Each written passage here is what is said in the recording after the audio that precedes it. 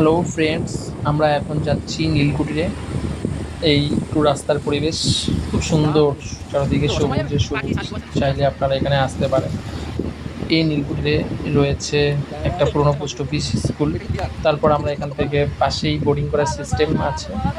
মাথা পিছু 50 টাকা থেকে 100 টাকা করে নেয়। এই বোর্ডিং করার জন্য আমরা প্রস্তুত হচ্ছি, বোর্ডিং করছি। ভালো লাগছে বেশ, সব ধরনের সিস্টেম আছে, খুব সীমিত ভাড়া।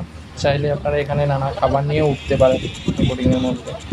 এখান থেকে আপনারা নদী পার হয়ে পানমদন দেখতে পারেন। তা আমরা এই মুহূর্তে পানমদন নিয়ে গিয়েছিলাম একটু দেখার জন্য।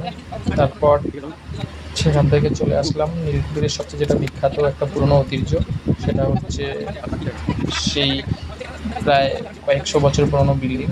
এই বিল্ডিংটা চাইলে আপনারা ঘুরে দেখতে পারেন। এখান থেকে একটু রিস্ক জায়গা, কিন্তু না চাইলেও না উঠতে পারেন। বেশ পরিবেশটা সাজানো, সবুজ সবুজ চারদিকটা। চাইলে আপনারা এখানে ফটোশ্যুট করতে আসতে পারেন।